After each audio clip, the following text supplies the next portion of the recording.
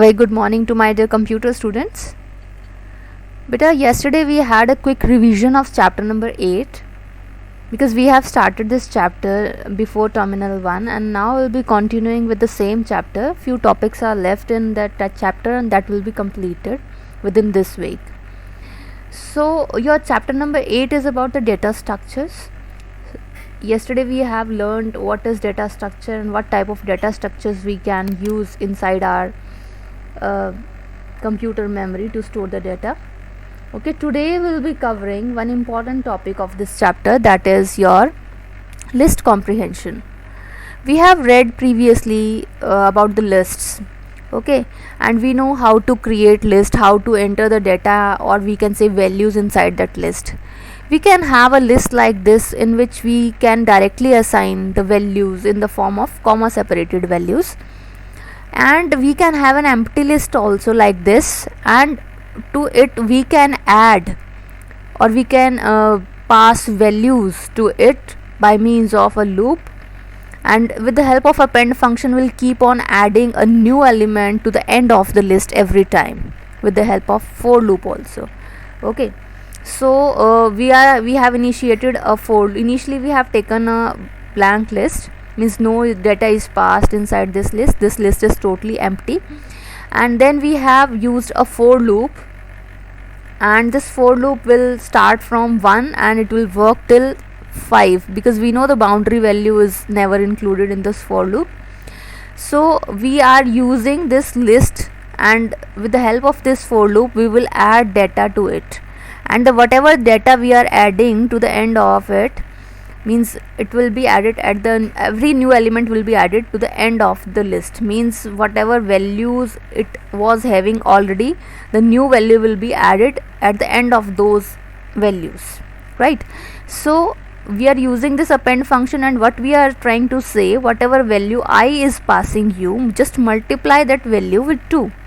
Okay, so what will be the outcome when I is 1? When this loop is going to start, I will be 1 initially.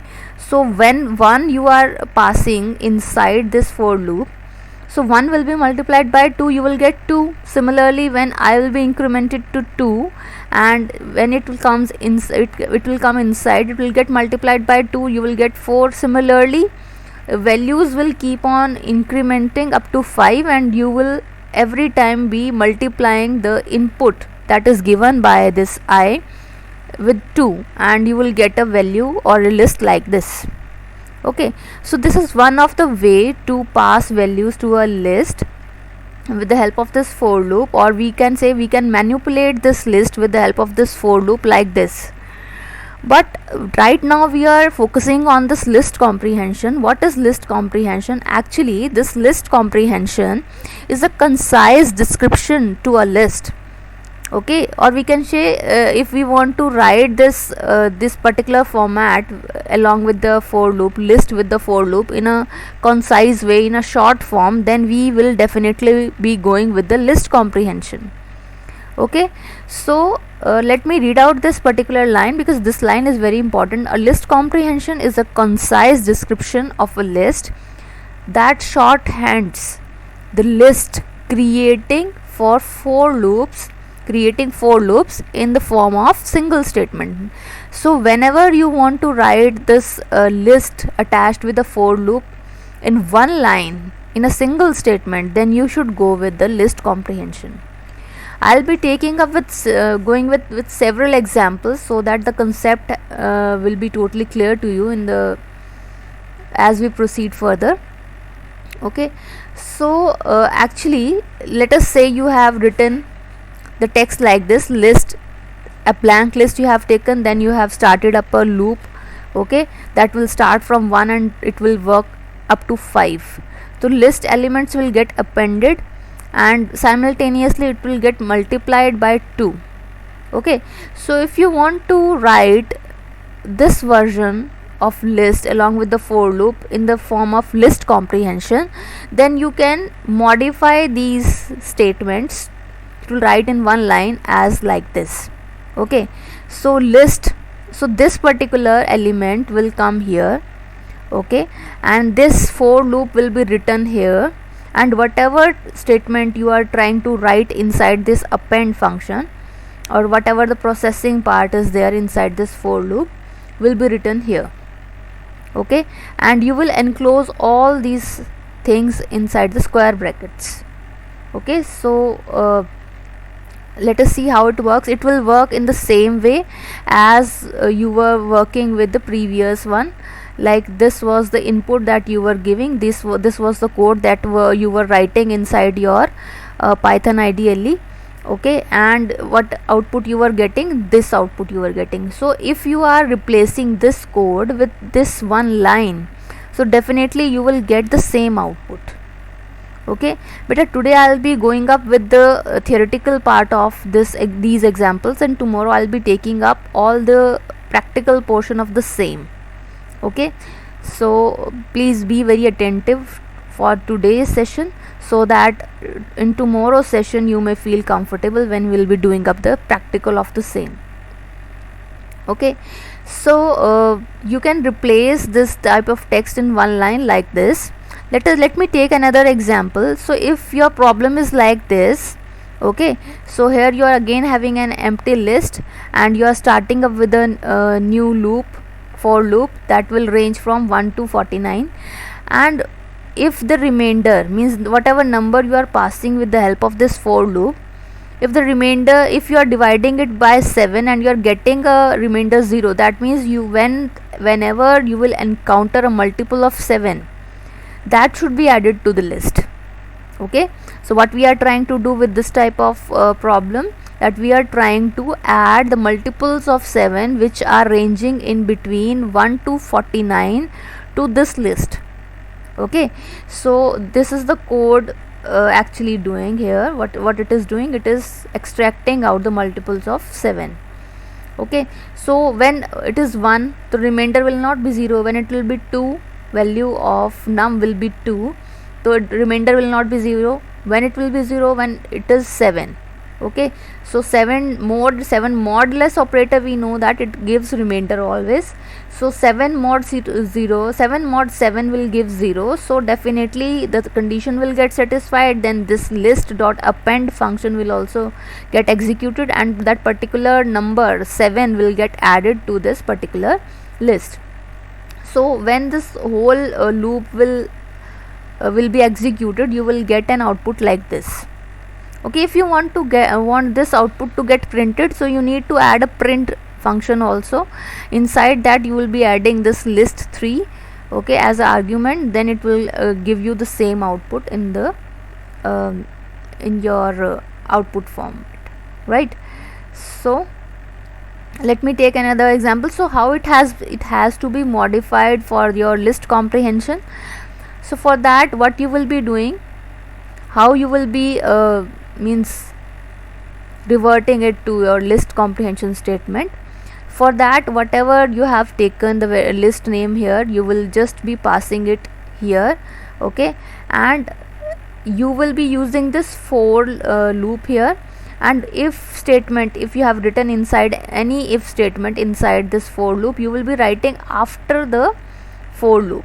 Okay, so whatever statement you have written inside this for loop, means any if statement that you have written inside this for loop will be written after this for loop expression. So you have written for loop and then if statement as it is, you will be copying down. Okay, and what you will be writing here, here will be the variable that is actually updating the value of that particular loop. So num will be written here, then you will be writing the for loop, and if inside this for loop you are having any if statement, then you will be writing after writing this for loop. Okay, so in this way these set of lines will get converted into one line like this only. You should not forget to add this square brackets. Okay, if these square brackets are not added up, then it will not be a format of list comprehension, so you need to add this square brackets also. Fine. So let us take another example. Like this is your example. If now let us say you have else statement also in parallel to your if statement, then your if should be before the for loop. If you are not having any else statement, then your if statement should be after the for loop, and if you are having a else statement parallel to if, then your if else should be before the for loop syntax, right? You will be writing it before it. Rest of the statement is same. So you can see list 3 you are writing like this. So this is the variable num, as it is we are using it. So if we are having only if statement, then it will be written after the for loop, but if we are having else also, then this if and else statement will be written before the for loop. This is the only difference that you have to take care of if in case you are having a else statement along with the if, okay, inside the for loop. So let us see how it's working. So if your for loop varies from 2 to 9, means it will start from 2, it will end up to 8, okay, to 2 to 8 it will work, okay. So if your number is less than 5, okay, so you will print it like this, okay, and else you will print num into 2. So when it will be 2, it will be printed as it is. When the value of num will be 3, it will be printed as it is. When the value of num will be 4, it will be printed as it is, because it was saying num is less than 5, so it will work up to 4 only, okay. But when the num is greater than 5 or equal to 5, it will use this else block, right? So this else block will multiply the num by 2 every time. Fine. So when the num value will be 5, so it will print num into 2, so 10 will be printed, okay. So for next value also, for 5, 6, 7 and 8, it will print after multiplying it by 2. So this will be the outcome you will be getting when you are using an if else statement, okay. So one main thing that you need to focus on, that while writing this num, this if and else, you should not use this colons here in the list comprehension format, and if you are trying to use it, you will not get the right output, it will give you errors, right? So we should write, we can use a bracket like this, it will work, but you should not use these colons here like we are using in our otherwise syntax. Fine. So don't try to add it here in the list comprehension, it will not work at all. Fine. So let us take for some more examples. Like you have been given a value, means a set of values, or we can say a list with name vals, right? This is the list that the author has provided you, and he is trying to say extract out the multiples of 3 out of this given list, okay. Whatever values they are satisfying the given criteria, you need to make a list of it and get it printed. So we have taken another list that is multiple of 3. So we will be putting a list comprehension like this. So we'll be adding num, okay, whatever number is present inside this list. So for loop will be writing up, and we are not using else, so if will be followed by the for loop, if statement will be followed by the for loop. So what condition will be putting up? So for multiple of 3, we need to check whether the remainder is 0 or not. If the remainder, when you are dividing the given number by 3 and you are getting remainder 0, that means that is a multiple, that given number is a multiple of 3, otherwise it is not. So if num mod 3 is equals to equal to 0, that means that is a multiple of 3, then we need it to be in this multiple of 3 list, right? So num will take all the values that will satisfy this the given criteria, okay. So when you will print mul 3 with the help of print statement, you will get this code, this output like this. Tomorrow we'll be executing all of these functions, and you will see they are working very easily. So beta, next example is this. Again a list has been given in the form of tuples, okay. So we are having a value A11, B12, C13. So here we have a list comprehension, so it is trying to say what will be the output of this particular list comprehension when you are trying to implement it, right? So here for loop is having a format of x comma n. because we are having the values like this will act as x, this will act like n. Okay, so for x comma n, if LST is the list they have provided you. If x is equal to b means this, or x is equals to c means this. Okay, so you need to print whatever. If x, when x will be b, so see, this is your x is b and x is c, this is x is a, and this 11, 12 and 13 they are referring to the values of n, right? So x is a, so n is 11. When x is b, n is 12. When x is c, then the n will be 13, right? So condition, loop will work like this: x into n, x comma n format, and it will work upon the list. Okay, and if this x value is b, okay, it is not saying x a, so this will not get executed at all. So loop will start working, but the condition of if will get executed when x is b or x is c. I am not saying ki this will not work at all, but condition will be satisfied when x will become b and x will become c, or x will become. So initially it will start with this, but if is not asking about a, so this will be ignored. Okay, so again when x will be b, so this if statement will get satisfied, so x will be b or c, means either of the statement should be true.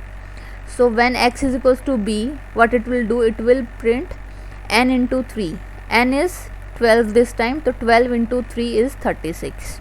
Okay, so when next time it will get incremented, and when x will be c, the n is 13. So for that case this if is also okay, it means it is right. So it will print n into 3, means 13 into 3, that is 39. Okay, so you will get output 36 and 39. I hope it is clear to you.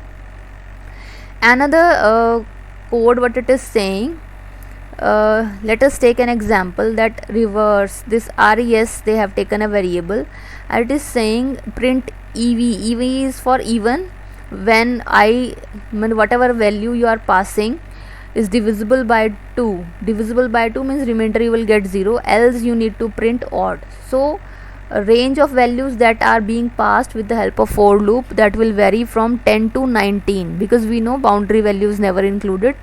So 10 to 19 it will work, and if the number is even it will print even, and if it is not even, then it will print odd. Okay, so ev is for even and od is for odd, right? So when this loop will start working, so 10 is passed, so 10 mod 2 you will get 0, that will print even, else it will print odd. Else will be okay when the value will be 11, 13, 15, 17 and 19. It will print, see, it is 10 or even, 11 odd, 12 even, 13 odd, 14 even, 15 odd, 16 even, 17 odd, 18 even and 19 odd. In this way it is printing. I hope it is clear to you. Okay, next example is, if you are taking a loop like this, nesting of loops you are working upon. Okay, so in this case what will happen, this beta list has been taken, empty list is there, result is the name for that particular list. So what we are trying to do, we are putting we are placing a for loop that will start from 10 and it will go up to see, values are being passed, actually x key values 10, 5 and 2. Similarly values of y will be 2, 3 and 4, and what is it is trying to say, append the values and use x raised to power y format, right? So how you will evaluate it? So when x is 10, actually values are passed, so when x is 10, okay, so it will go inside this while loop, for loop, and the value will be 2. Okay, so what it will do, 10 raised to power 2, so it will print 100. Okay, abhi the loop is still working, So firstly the x is 10, but y of value is 2, then it will go 3, then it will go 4, but the value of x will remain same. X will be 10, okay, but y will be 2, 3 and 4. Okay, so x is 10, so when y will be 2 it will be 100. When x is 10 and y is 3, so it will be 1000. Why it is 1000? Because 10 raised to power 3 will be 1000. Similarly 10 raised to power 4 will be 10,000. So now y has gone wrong, so x will be incremented, so this time it will be 5 raised to power 2, 5 raised to power 3, 5 raised to power 4. Similarly 2 raised to power 2, 2 raised to power 3, 2 raised to power 4. Similarly the all operations you will get. So in this way you will get an output like this. So if you want to rewrite this code with the list comprehension format, so what you will see, how you will replace it. Okay, so for that, whatever result you are getting like this in the form of x raised to power y will be written here. The first for loop will be written here, followed by the second for loop. Same is the case, right? So if when we were having one for loop, so we were writing it, and whatever output we were getting inside this append function we were writing here. So in this way you can use the nesting of for loop concept inside your list comprehension, right? So beta, last example we are having, when we are having different if statements attached to the for loops, so how we will be writing it. So you can see I am having a list L1, okay, and that is totally blank. So I initiated a for loop, and the loop will start from 0 to it will go to up to 4. So if statement is there, if it is whatever value you are passing from x, if it is divisible by 2, and if you are getting remainder as 0, then it will work upon the for loop. Here the y will vary from 0 to 4 again, and if the value of y is true, then it will check whether the y mod 2 is equals to 1, means it is not a multiple of 2. Okay, here it was a multiple of 2, here it is not a multiple of 2, right? So y mod 2 is equals to 1, means it is not divisible by 2, it will give you a remainder 1. Okay, so if x is a multiple of 2 and y is not a multiple of 2, then you need to create a list. Okay, when x is a multiple of 2 and the range is given to you, here you can see range will be starting from 0 to 4, right? So what all numbers you can see which are a part of this particular condition, it will be 0, it will be 2, right, and it will be 4, right? And but all are not a multiple of 2, means it will give you a remainder 1 when you are dividing it with 2. So again the range is 0 to 4 for y, right? And this y, when it will give you 1, when it is 1, when it is 3. Okay, so in this range you will get this condition on these values only. Fine. So now you have obtained the values, right? So x is, when x is 0, it will be 1, y will be 1, okay, and when x is 0 it will be 3 also. So you will get output like this. What output you will get? You will get 0 comma 3 0 comma 1 first, okay, then 0 comma 3 also you will get 0 comma 3, right? Then this y will loop will go false, this particular loop will go false, then it will be 2, okay, then it will give you output 2 comma 1, then it will give you output 2 comma 3, right? And next time when this x will be incremented, that it will be 4, so it will give you 4 comma 1, and it will give you 4 comma 3. I hope it is clear to you. So we will see the practical of the same tomorrow. Thank you, and revise this thing so that tomorrow you may get a better idea for the same.